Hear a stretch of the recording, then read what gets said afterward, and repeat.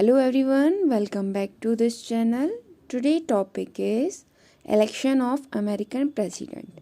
As you know, previous classes में हमने American president की पोस्ट के बारे में देखा था और क्वालिफ़िकेशन के बारे में स्टडी किया था कि क्या क्या क्वालिफ़िकेशन होनी चाहिए एक अमेरिका का प्रेसिडेंट बनने के लिए। ठीक है, जैसा कि आपको पता है 4 इयर्स में अमेरिका का इलेक्शन होता है। ठीक है, एवरी 4 ईयर में। इंडिया में यही इलेक्शन का टाइम पीरियड 5 इयर्स का है और अमेरिका में 4 इयर्स का है, और जिसके लिए बहुत सारे उम्मीदवार खड़े होते हैं, कैंडिडेट खड़े होते हैं कि वो प्रेसिडेंट बन जाए।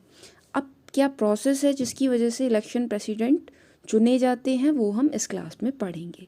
जैसा कि आपको पता है, फिलाडेल्फिया सम्मेलन हुआ था। ठीक है, 1787 में फिलाडेल्फिया एक जगह है, वहीं पे जो कन्वेंशन हुआ था, सम्मेलन, उसी के द्वारा यहाँ का संविधान बनाया गया था, कॉन्स्टिट्यूशन। ठीक है, फिर किस तरीके से उन लोगों ने डिसाइड करा, जैसे जो संविधान बना रहे थे उन्होंने कहा कि जो अमेरिका का प्रेसिडेंट होगा उसकी जो पावर है वो लिमिटेड होनी चाहिए। तो इन्होंने क्या करा, जो अमेरिका का इलेक्शन है अमेरिका के प्रेसिडेंट का, वो प्रत्यक्ष ना करके अप्रत्यक्ष करा, मतलब लोग डायरेक्टली इनको वोट नहीं देंगे। ठीक है, लेकिन वहीं जो और लोग थे वो कहते थे इनका जो इलेक्शन है वो डायरेक्ट होना चाहिए, हर पर्सन को इनकी इलेक्शन में पार्टिसिपेट करना चाहिए।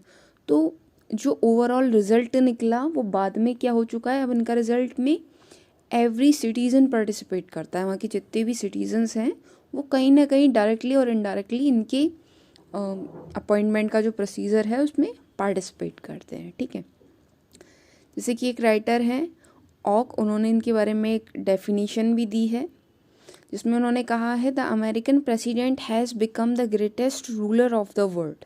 ठीक है, अमेरिका का राष्ट्रपति संसार में सबसे महान शासक हो गया है। मीन्स जो अमेरिका का राष्ट्रपति है उसे जो यहाँ के कॉन्स्टिट्यूशन मेकर थे उन्होंने इतनी पावर नहीं दी जिन्होंने वहाँ पर जो कस्टम को फॉलो करते हैं उसके थ्रू जो भी इस पोस्ट पर बैठा वो जितना पावरफुल था उसने इस पोस्ट को और ज़्यादा पावरफुल बना दिया। ठीक है, अब हम देखेंगे इनका प्रोसीजर क्या है। अमेरिका के राष्ट्रपति का निर्वाचन। अब अमेरिका की जो शासन व्यवस्था है वो भी संसदीय शासन प्रणाली ना होकर अध्यक्षात्मक शासन प्रणाली है। जैसे आपको पता है इंडिया में क्या है, संसदीय शासन प्रणाली है, एक संसद है, सारा कंट्रोल उसके हाथ में रहता है ना, प्राइम मिनिस्टर हेड होते हैं। लेकिन जो अमेरिका में जो शासन प्रणाली है वो अध्यक्षात्मक है, मीन्स प्रेसिडेंटियल है। ठीक है, इंडिया में पार्लियामेंट्री शासन व्यवस्था है और अमेरिका में अध्यक्षात्मक प्रेसिडेंटियल है।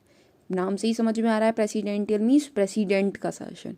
ठीक है, वहाँ शासन की वास्तविक कार्यपालिका शक्तियाँ राष्ट्रपति में निहित है, मीन्स जितनी भी पावर है उनका यूज़ कौन करता है, जो कार्यपालिका संबंधी शक्तियाँ हैं, राष्ट्रपति। और इंडिया में यही चीज़, और इंग्लैंड का भी हमने संविधान पढ़ा था, तो दोनों ही जगह पर जो ये वाली शक्तियाँ हैं, कार्यपालिका शक्तियाँ, उनका यूज़ कौन करता है, प्रधानमंत्री, है ना। लेकिन यहाँ पर अगर हम बात करें, अमेरिका में अध्यक्षात्मक शासन होने की वजह से इन शक्तियों का यूज़ प्रेसिडेंट करता है।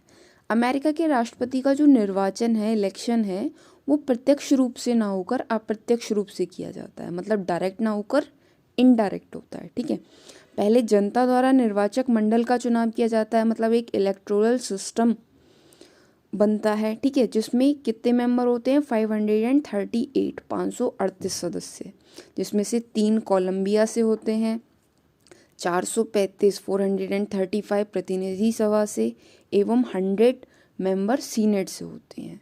तो इनका सम 538 सदस्य टोटल इलेक्टोरल मंडल के होते हैं। ठीक है, अभी हम आगे इसको इंग्लिश में भी देखेंगे। इसके बाद एक निश्चित तिथि को एक डेट फिक्स होती है, उसको जो निर्वाचक मंडल है, इलेक्टोरल सिस्टम, उसके जो प्रतिनिधि हैं, रिप्रेजेंटेटिव हैं, उनके द्वारा राज्यों की राजधानियों में मतदान किया जाता है। मतलब जितनी भी स्टेट हैं उनकी जो कैपिटल है उनमें वोट होता है। आफ्टर दैट इसके बाद मतों की गणना की जाती है, वोटों की काउंटिंग होती है, और प्रमाणीकृत करने के बाद सीनेट के अध्यक्ष के पास भेज दिया जाता है। मतलब जो कैलकुलेशन होती है, कितने प्रतिशत वोट डले हैं, है ना, उस पूरी प्रोसेस के बाद वो किसके पास भेज दिया जाता है, सीनेट के पास। ठीक है, सीनेट का अध्यक्ष, जो सीनेट का हेड होता है, वो कांग्रेस के दोनों सदनों की संयुक्त बैठक में मतगणना कर चुनाव परिणाम की घोषणा करता है। मतलब आपको पता है कांग्रेस के 2 हाउसेज है, जैसे इंडिया में पार्लियामेंट है उसकी 2 हाउसेज हैं, लोकसभा राज्यसभा, सेम इसी तरह वहाँ की जो पार्लियामेंट है उसका नेम कांग्रेस है, ठीक है। वहाँ के जो 2 हाउस हैं, जिसे हिंदी में सदन कहा जाता है, उनकी एक कंबाइन मीटिंग होती है, संयुक्त बैठक। अब संयुक्त बैठक में जो वोट काउंटिंग कर चुनाव परिणाम की अनाउंसमेंट होती है कि कौन जीता है कौन हारा है, ठीक है। अब जो नवनिर्वाचित राष्ट्रपति होता है, जो न्यूली अपॉइंट प्रेसिडेंट है, वो 20 जनवरी को 4 ईयर्स के लिए पद ग्रहण करता है, मतलब अपनी सीट पर बैठता है। अब जैसा कि आपको पहले भी बता चुकी हूँ मैं, वहाँ पर जो इलेक्शन होता है प्रेसिडेंट का वो 4 ईयर्स के लिए है, ठीक है। और डेट फिक्स है 20 जनवरी को ही वो लोग बैठते हैं। अगर 20 जनवरी को बाई चांस संडे है तो एक दिन आगे बढ़ के ये 21 जनवरी हो जाता है, ठीक है। अदरवाइज ये 20 जनवरी ही रहता है। आई होप आपको इतना क्लियर हो गया होगा। इसके बाद है इन इंग्लिश देख लीजिए इसको, इलेक्टोरल कॉलेज। इलेक्टोरल कॉलेज किसे कहते हैं? जो निर्वाचक मंडल है। In other US elections candidate are elected directly by popular vote. जो यूएस के और इलेक्शन होते हैं उसमें जो कैंडिडेट होते हैं वो कैसे जीतते हैं? लोगों के वोटों से, ठीक है। जिसे ज़्यादा वोट मिले वो जीत जाएगा।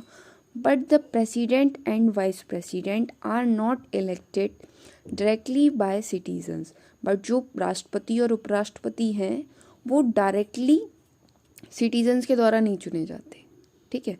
इंस्टीट इसकी जगह they are chosen by electorals. इनकी जगह वो उन्हें कौन अपॉइंट करता है? इलेक्टोरल्स, ठीक है। Through a process called the electoral college. और उस प्रोसेस को क्या कहते हैं? Electoral college. The process of using electoral comes from the constitution. और ये प्रोसेस कहाँ से आई है? कॉन्स्टिट्यूशन जो फिलाडेल्फिया सम्मेलन में वहाँ पे जो संविधान बना था, जैसा कि आपको पता है वहाँ का जो संविधान है वो बहुत लिमिटेड वर्ड्स में है ना। तो उसी संविधान के थ्रू ये प्रोसेस मिली है। It was a compromise between a popular vote by citizens and a vote in Congress. ये क्या है? एक समझौता है किस किस के बीच में?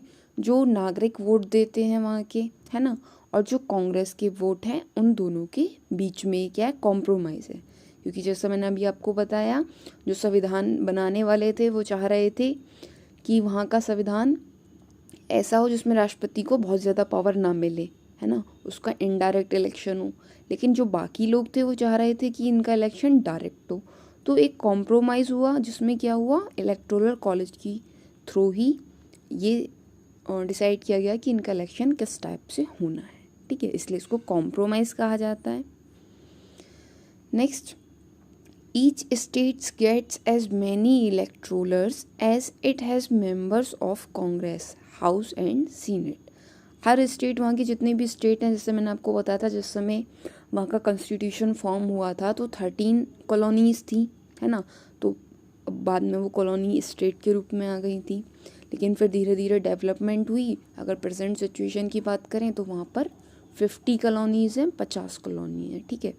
तो वहाँ पे जो कॉलोनी है, स्टेट हैं, उसमें each states gets as many electorals. उन्हें उतने इलेक्टोरल्स अपॉइंट करने की छूट है जितने की मेंबर्स कांग्रेस में हैं, ठीक है, हाउस और सीनेट दोनों के मिलाकर। Including Washington DC's 3 electorals, they are currently 538 electorals in all. Total कितने इलेक्टोरल्स हैं वहाँ पर? 538, 538, जिसमें से 3 कहाँ पर हैं? वाशिंगटन डीसी's के, ठीक है। आई होप आपको इतना क्लियर हो गया होगा। नेक्स्ट, वहाँ पर जो जनरल इलेक्शन होते हैं, आम चुनाव, उनके दौरान अमेरिका के नागरिक राष्ट्रपति के लिए अपने वोट देते हैं, ठीक है। आम चुनाव में, जनरल इलेक्शन में जो वहाँ के सिटीज़न हैं अमेरिका के, वो प्रेसिडेंट के लिए अपने वोट देंगे। लेकिन आम जनता के द्वारा डाले गए वोट द्वारा ही राष्ट्रपति का फैसला नहीं हो जाएगा। मतलब जैसे हमारे यहाँ है डायरेक्ट कि हम लोगों ने जिन्हें वोट दिए वो यहाँ के प्राइम मिनिस्टर बन जाएंगे, है ना। वहाँ पर ऐसा नहीं है कि जिन लोगों ने नॉर्मल लोगों ने वोट दिए हैं उसके थ्रू राष्ट्रपति को चुन लिया जाएगा, बल्कि इलेक्टोरल कॉलेज के वोट्स के आधार पर ही राष्ट्रपति अपॉइंट होंगे। इट मीन्स वोट तो हर कोई देगा वहाँ पे प्रेसिडेंट के इलेक्शन के लिए, लेकिन जो लास्ट में कंक्लूजन आएगा वो किसके बेस पर आएगा, इलेक्टोरल कॉलेज के बेस पर, ठीक है, क्योंकि वहाँ पर प्रोपोर्शनल मेथड अपनाया जाता है, अनुपातिक प्रतिनिधित्व, जैसे इंडिया में प्रेसिडेंट के लिए अपनाया जाता है, उससे डिफरेंट प्रोसेस है, लेकिन डायरेक्टली हर कॉमन पर्सन के थ्रू वहाँ के प्रेसिडेंट को अपॉइंट नहीं किया जा सकता, उसके लिए इलेक्टोरल कॉलेज होते हैं, उन्हीं की ज़्यादा वैल्यू मानी जाती है। नवंबर में इलेक्शन डे होता है, वहाँ पे जो नवंबर का मंथ है उसे इलेक्शन डे माना जाता है, ठीक है, और दिसंबर में चुने गए इलेक्टर्स इलेक्टोरल कॉलेज के लिए वोट देते हैं। नवंबर में इलेक्शन डे, उसके बाद जो नेक्स्ट मंथ है दिसंबर, उसमें जो चुने गए इलेक्टर्स हैं वो इलेक्टोरल कॉलेज के लिए वोट देंगे, ठीक है। जनवरी में कांग्रेस इलेक्टोरल वोटों की गिनती करती है। 20 जनवरी को इनॉग्रेशन डे होता है और इनॉग्रेशन डे से नए राष्ट्रपति का कार्यकाल शुरू होता है, ठीक है। जैसे आपको पता है 20 जनवरी को ही वहाँ पर प्रेसिडेंट अपने पोस्ट को अडॉप्ट करते हैं, ठीक है, और अगर उस दिन संडे है तभी वो 21 को पोस्टपोन होगा, अदरवाइज 20 जनवरी को ही वो अपनी पोस्ट को संभाल लेते हैं, ठीक है। तो ये पूरी प्रोसेस है कि किस तरीके से अमेरिका के राष्ट्रपति का चुनाव होता है, क्योंकि आपको पता है अगर हम पूरे विश्व स्तर की बात करें तो अमेरिका के राष्ट्रपति की पोस्ट को बहुत ज़्यादा पावरफुल माना जाता है, क्योंकि वो एक महाशक्ति के रूप में है। तो आपको ये जानना ज़रूरी है कि जो अमेरिका के राष्ट्रपति हैं उनका इलेक्शन किस टाइप से हो रहा है। तो मैंने आपको बता दिया है कि जो संविधान निर्माता थे वो क्या चाहते थे और एक्चुअल में वहाँ पर क्या सिस्टम चल रहा है, ठीक है। एवरी 4 ईयर्स में इलेक्शन होते हैं और फिर उसके बाद भी चेंज हो जाएंगे, क्योंकि ये टाइम टू टाइम चेंज होते रहते हैं, ठीक है। आई होप आपको इतना क्लियर हो गया होगा। नेक्स्ट क्लास में हम वहाँ के प्रेसिडेंट की शक्तियों के बारे में पढ़ेंगे, वहाँ के प्रेसिडेंट को कौन कौन सी शक्तियाँ मिली हुई हैं, ठीक है। Thank you for watching this class.